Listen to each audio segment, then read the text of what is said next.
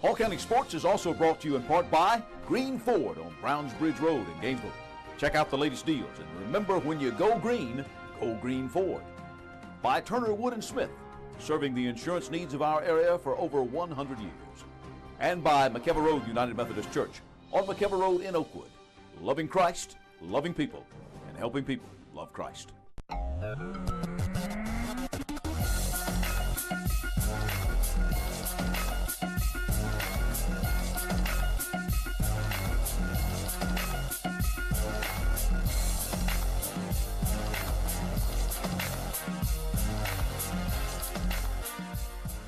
Hello again, everybody, and welcome back to Hall County Sports Television. I say welcome back because we've taken a week or so off, and Happy New Year out there. Now let's get back into the swing of things, taking care of some unfinished business as we go back before the turn of the year to the Lanierland basketball tournament. And those finals were sort of deja vu all over again. The reason I say that is because the same teams and same players repeated not only as champions, but most valuable players as well. Before a more than capacity crowd at Chesterton High, Taylor Hawks led the Gainesville girls to a repeat of their title from last season, while Ty Cockfield did the same for his Johnson boys in tough finales against the Flowery Branch girls and Gainesville boys respectively.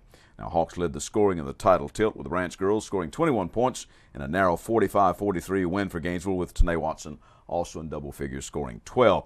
The Lady Elephants had beaten East Hall to get into the finals after dispatching Johnson in round one. The Lady Falcons had beaten Chesterton in round one, then North Hall in the semifinals. Bree Locke led the Branch in the championship game with 13 points. Coach Brenda Hill-Gilmore now from Gainesville joins us here on the set of HCSTV. And Brenda, thanks for taking time out to be with us. Thank you for having me. All right, let's go back. Let's talk about that game. Now, a nip and tuck game, as I said, all the way down to the final, literally almost the final possession. So tell me what you were thinking as you're getting into this thing, because you're playing a team that had only lost one time coming into that game. Well, we knew Flowery Branch was a very, very good team coming in, and we knew we had our work cut out for us. So, Coach Hall takes pride in her defense, and just as well as we take pride in our defense. So we knew it was going to be a battle. Our kids didn't go in there thinking that we was going to blow them out. We knew it was going to be a fight, and it was a great game between two really, really great teams. And I think maybe basketball connoisseurs know what kind of game that was. Because in some ways, it's kind of a sloppy game when you don't have a whole lot of offense, because you get turnovers, you force turnovers, you're banging the boards and all that kind of stuff. But you were prepared for that. Yes. And playing 3 games in 4 days is tough for anybody, and I think that played a huge factor in both teams' sloppiness. We missed 18 free throws, they missed 18 free throws. We just got a lucky bounce. Now let's talk about your defense a little bit, because they've got that fabulous freshman they got, Lexi Sinking. Lexi, yes. She had like 26 in the win the day before, and then you hold her to single digits. Well, we knew that she was a big intricate in their offense, and I just told the girls we got to know where she's at. And there's a couple times we missed her, and she's an excellent shooter, and we lost our assignment, and she hit buckets. So we were just really trying to stay focused on her and not letting her go off, and then just trying to keep everybody else limited to, get their shots, but hold her. How tough is it to repeat as tournament champions in a tournament like that, and your girl Hawks repeating as tournament MVP? That's almost unheard of. Well, it's very tough. You got to keep your kids level-headed and grounded, and to understand that you got to win the first game. We couldn't focus on winning Lanierland until we beat Johnson. Once we beat Johnson, we had to take care of East Hall. And trying to get our kids to understand not to look ahead is something that we had to talk about just about every day, one game at a time. Is this the type of team that's going to take a while to kind of round into tournament form? Although this is a huge boost for you, Brenda, because as I said, more than capacity, they were turning people away from that gym. That somebody had to leave before somebody else could come in, and that's the kind of atmosphere that it's got to prepare you for some stuff down the road. It does. It helps us. Our kids play with a big crowd. I got to get prepared because our kids couldn't hear our calls, so I'm going to have to make some signs. I'm going to have to take a lesson from Manson Hill and hold up a defensive sign or offensive sign of what we're running so our kids can hear. And but the atmosphere was just awesome. A few of our kids were a little nervous, especially our freshmen. But I thought our kids handled everything well. Well, back to the first part of that question, though. Since you have some young people, is it taking them a while now to kind of get into the system that you want? Well, it has, but we have a lot of kids returning back.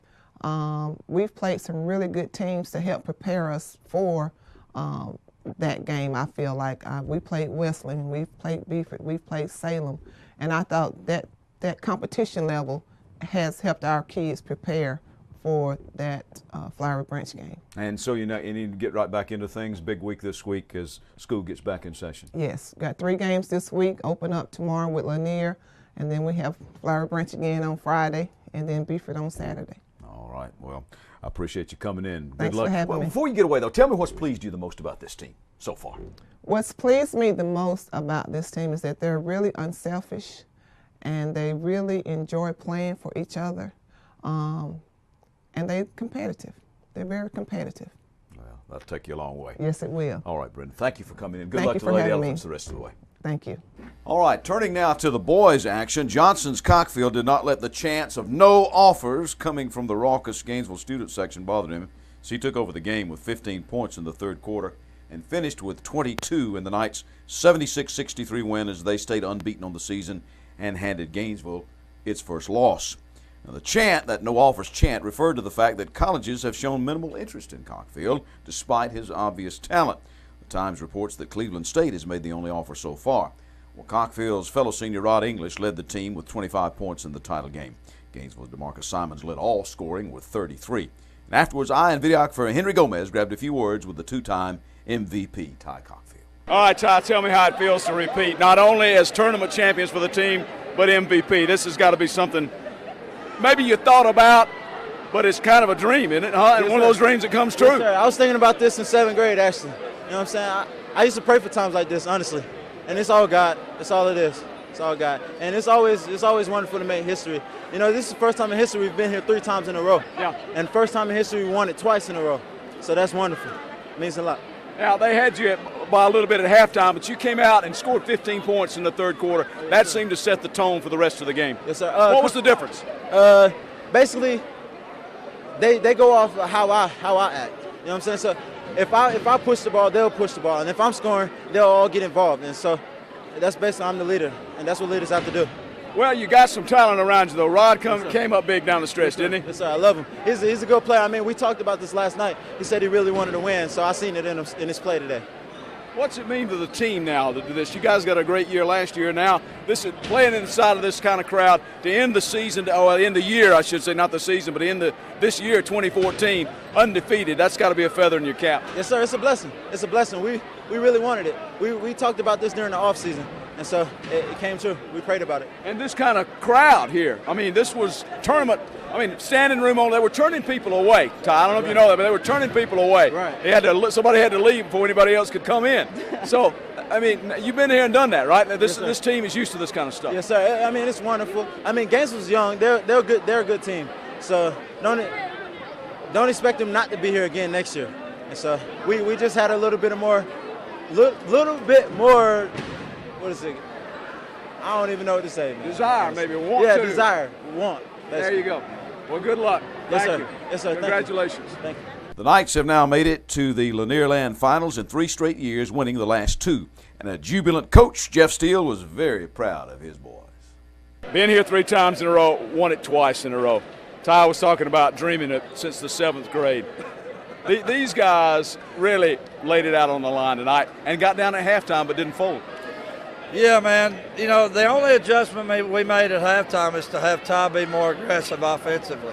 He was a little bit passive in the first half trying to get everybody involved, and I said, Ty, nobody can guard you in transition. Nobody. And he proved it in the second half. And Roderick carried us in the first half. We were, like you say, we were 5 down. We made that adjustment, seriously, just that adjustment. But I'm going to tell you what made the difference tonight, and I might get emotional. My wife gave the pregame speech tonight. Really? And everybody in that locker room was crying. And it's just hard to beat family, man. It's hard to beat family. Well, and Ty comes out and he scores 15 points in the third quarter, and that sort of set the tone. Yeah, well, he proved he's the best player in the gym, in my opinion. 2 years in a row, back-to-back MVPs. Stats don't lie. Anybody that doesn't start recruiting him's lost their mind, in my opinion. I don't understand why he's not getting more interest, but it's coming because he works his tail off and he deserves it. What does this do for this team now in this kind of atmosphere? I don't know if you know it, but they were turning people away. People had to leave before anybody else could get in here in this gym. I had heard that was happening. You know, here's what I tell my guys about this tournament. If we got to the state championship game, there might be more people because of the bigger arena, but you'll never play in this good an atmosphere the rest of the year. This is something these guys will remember the rest of their lives. You know that. This tournament's older than I am. That's old. I said that last year, but it's the truth. And I just want them to cherish this and just get better for it and just keep moving forward. And I want us to take care of business when it matters most to me, which is region tournament time and state tournament time. So, what does it mean to end 2014 with this kind of win and undefeated? It's surreal for me right now. I mean, I just hadn't even had time to reflect. We had one day off, and that was Christmas Day because of the tournament being so late and whatnot.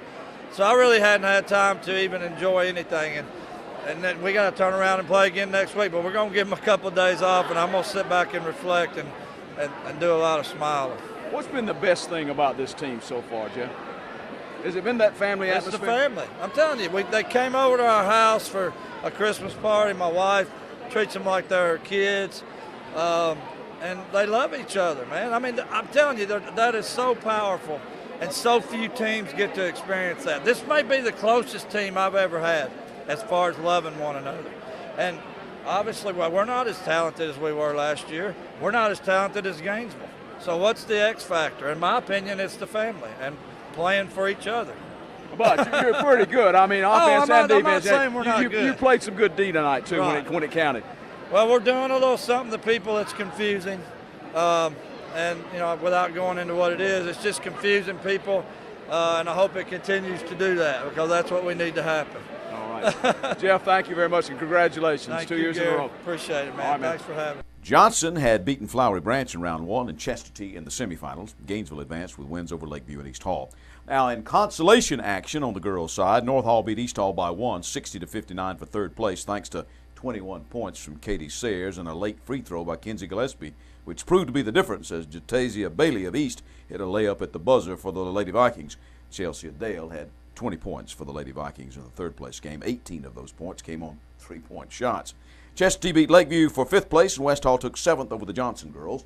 While on the boys' side in consolation action, East Hall rebounded from the semifinal loss to clobber Chestatee for third place.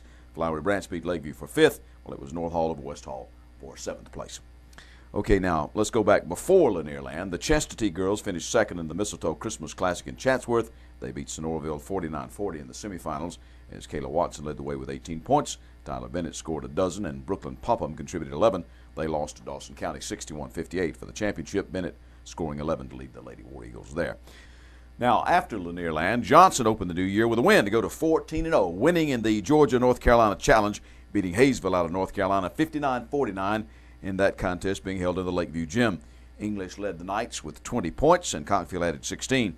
Lakeview beat Franklin, North Carolina's boys 72-47 in that Georgia-North Carolina Challenge. Trey Gober had 22, and the Times says that the Challenge MVP was Tay Turner of the Lions, who contributed 18 points in that game.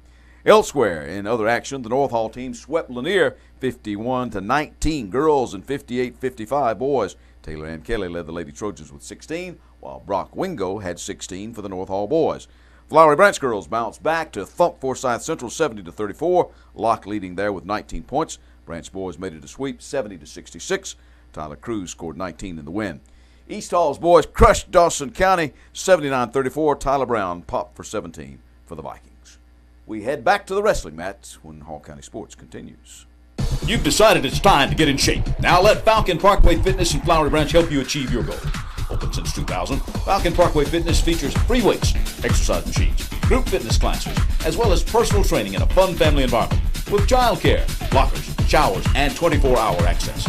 Come by for a free consultation with a certified personal trainer. And just next door, check out Optimum Body Care Day Spa with massage, facials, and waxing, or K. Michael's Salon for hair and nail care. Falcon Parkway Fitness is your hometown family gym, located in Flowery Branch, right behind the public shopping center. We're back. I'm Gary Glenn. This is Hall County Sports TV. Wrestling opens up this segment. Chester T wound up third at the recent Amicalola Classic tournament. Austin Donaldson won another title on the season, while Marvin Cunningham took another tournament championship this season as well. And Matthew McClellan in this tournament also took home a first place. Anthony Aguilar and Jaime Arroyo earned runners-up finishes for the War Eagles. Gavin Cunningham and Isaac Alarcon finishing third. And the War Eagles also picked up fourth-place finishes from Jairo Cuevas, Garrett Brader, and Skylar Gooch. Here at Chester T High School now with the head wrestling coach Kyle Barr. And Kyle, first of all, after being an assistant for a couple of years, how's it been being the head guy this year? It's been good. It's been a new learning experience. Like I said, I've been here a couple of years. We haven't really changed a lot, keeping a lot of the same stuff that Kerry Whitlow built up and got this program successful with. What's the biggest difference between being the assistant and being the head guy? A lot more paperwork. That's what everybody tells me. And, you got to make sure you keep up, a lot more time on the phone with, sending in information or keeping up with kids. Where are they when they're missing practice and this and that.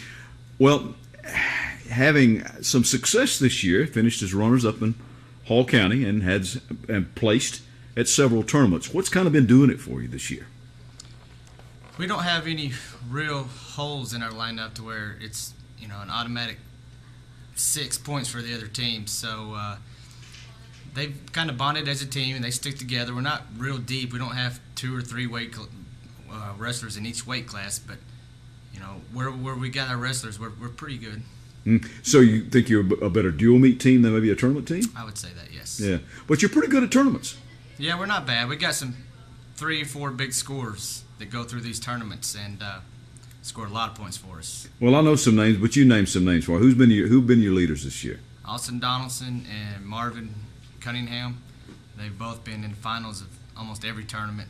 Matthew McClellan's done real well, and Gavin Cunningham, our little 106, he's placed at quite a few tournaments. And, and as a dual format, we just know that we don't have the team to make up big points. So where we're going to lose, we just try to stay off our backs and give up the minimal amount of points. Right. So avoid the pin, avoid the forfeit, avoid the pin, yes, which can carry you a long way in dual matches. Right. Well, speaking of duels, area duels this weekend. Correct. Kind of handicap them for me, Coach. Who's the favorite and all that stuff? Well, North Hall will be seated ahead of us. Because they beat you in beat us Hall head to County. head. And Buford's going to be 1, 2, or 3 somewhere. They're the returning AAA state champs. So I assume they'll be 1 or 2, and they'll probably put us third because we should be ahead of Johnson and White and all of them. But I haven't seen some of those teams, so I don't know where we stand with, I haven't seen teams like Monroe area at all this year. And the strategy for a dual meet is a little different than a tournament team. You can kind of monkey with your lineup a little bit. Correct. I can bump up and keep guys' weights. We've been wrestling at our weights that we're going to wrestle. We don't have anybody dropping for this tournament. We've been at weight since Christmas. But a pretty good year so far. Yes. What are any goals that you got out there on the table? Let's go to win. I mean, we're not the favorites, but I don't want to show up expecting to get 3rd or 4th place. If we're going to go spend the practice time, we're going to try to go to win. North Hall, meanwhile, the Hall County champs finished 3rd at the Lambert High Hook'em Holiday Clash. John Pedroza and Randy Galvin at 106 and 285 finished 2nd. Nick Whitmire and Darian Ingram at 170 and 220 pounds wound up in 3rd place, while Michael Carew and Isaiah Bales at 145 and 182 were in 4th place, and Holden Barnes finished 6th for the Trojans. And that one, area duels coming up for the wrestlers this weekend. All right, the Times All-Area Volleyball Player of the Year is Allison Seegers of East Hall, with her Viking coach, Ted Deppy, the All-Area Coach of the Year. Cassidy Shockley of East Hall, along with Sidney Cleveland and Julie Daniels of North Hall, and Grace Brown of Chester T, all made the first team. Well, some news from the gridiron and a fond farewell to a coaching legend when we return. Gary Glenn back here on the set of Hall County Sports Television with Rob Bruce, who is the pastor of McKelvey Road United Methodist Church. And Rob now involved in a new sermon series. That's right, Gary. We have a new series called Where is God When? Where is God when the innocent suffer? Where is God when we have natural disasters? Where is God when we have accidents or personal tragedy, or our marriage or our family falls apart? We'll be talking about these questions through the 2nd week in February, and love to have you as our guest. All right, Rob, sounds like a good topic. We'll see you on Sunday. See you Sunday, Gary.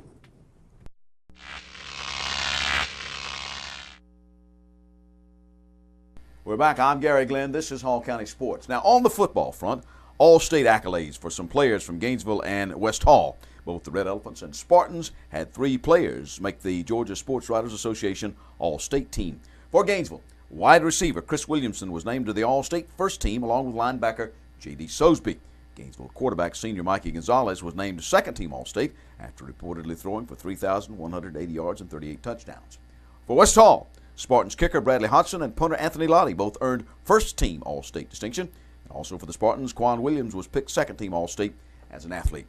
Now, the Red Elephants and Spartans both had good years. The Red Elephants making it to the Class 5A state quarterfinals this season, while West Hall claimed the Region 7 AAA championship.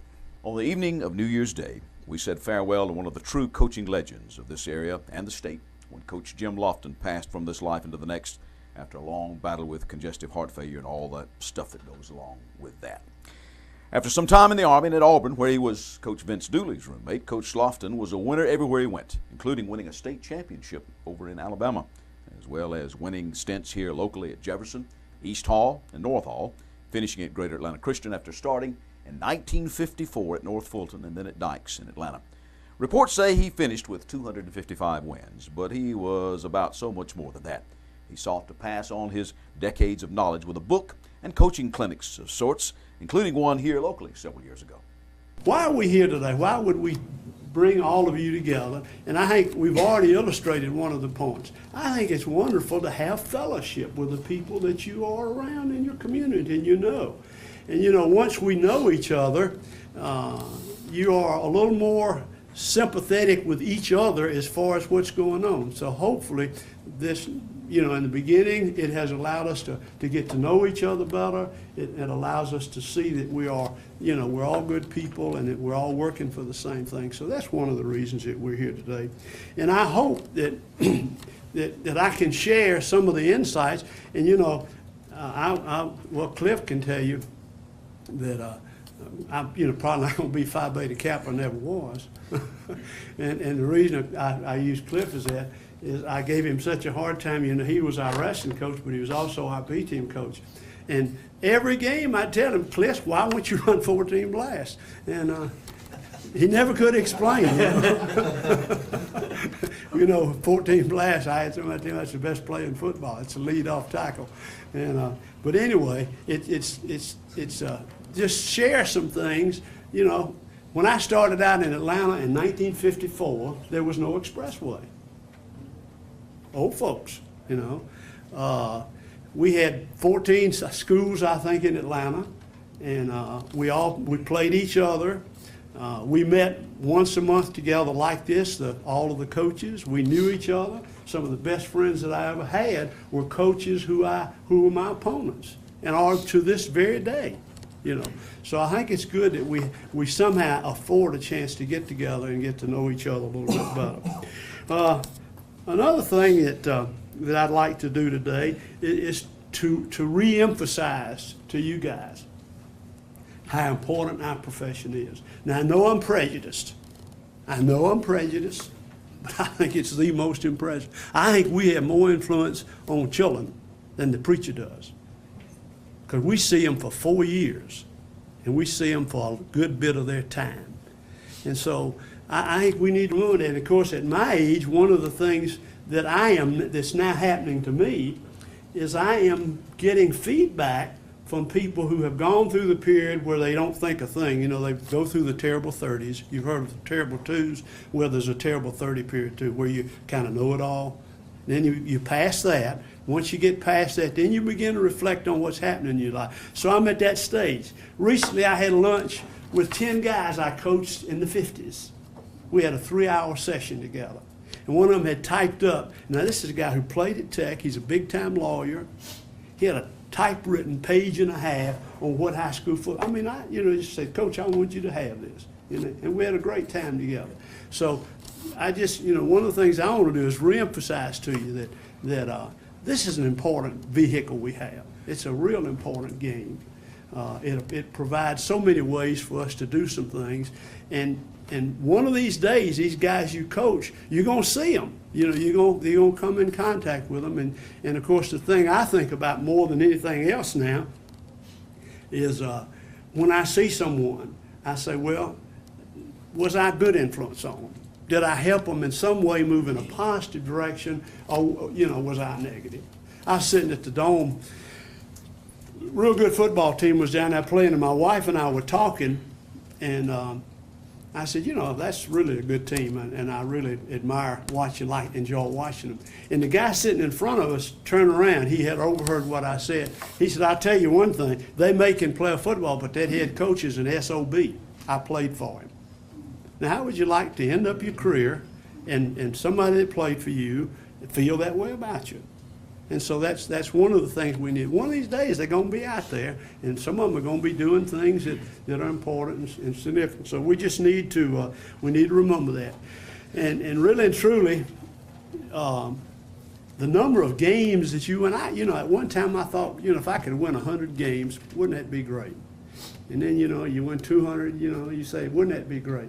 And you know what? I'm an old man now, and that doesn't amount to a hill of beans. Now, I don't want you to think that way right now. You know, it's important. You know, you're the coach, and you got to, you know, you want to win. And Scott will tell you, I wanted to win, you know. And all these folks that have been with me, they'll tell you, I wanted to win. But keep the perspective, you know. The kids who are playing for you are more important than the game. And sometimes in the heat of battle and all that we're doing, we forget. We think the game and the winning and the record and all those are more important than they are. It is important.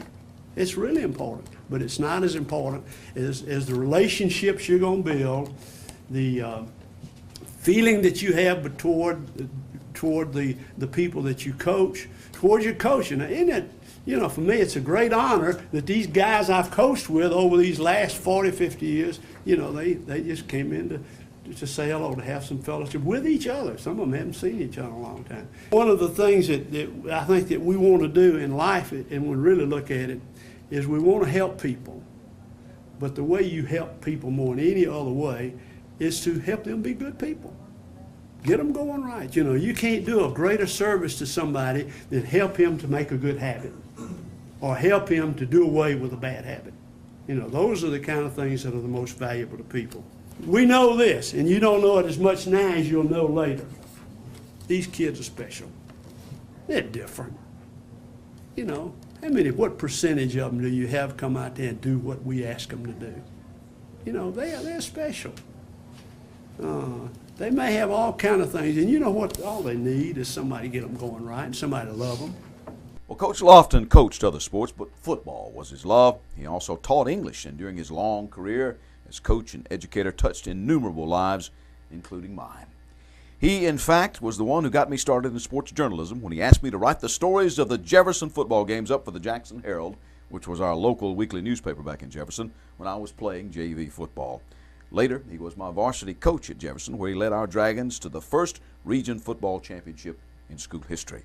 He also helped get the weight training program started at Jefferson, so I guess he deserved credit for that part of my life as well. Now, he still called us his boys, no matter our ages. And my good friend Dick Horde said that we have lost a great, great, great man. And I concur that the world is a much poorer place without Jim Lofton in it. But those of us he touched are so much richer because of him. Hundreds of us, including his aforementioned old roommate, gathered this past Sunday for a memorial service at the First Baptist Church of Gainesville. A service he pretty much laid out himself, down to some of the speakers and how long they could talk. Jim Lofton would have been 86 this year. Thoughts and prayers for his family, his friends, and all of his boys and girls. I would say, may he rest in peace. But you see, resting was never in Coach Lofton's nature. In fact, somewhere he just may be teaching the heavenly hosts how to run 14 Blast. I'm Gary Glenn, Hall County Sports.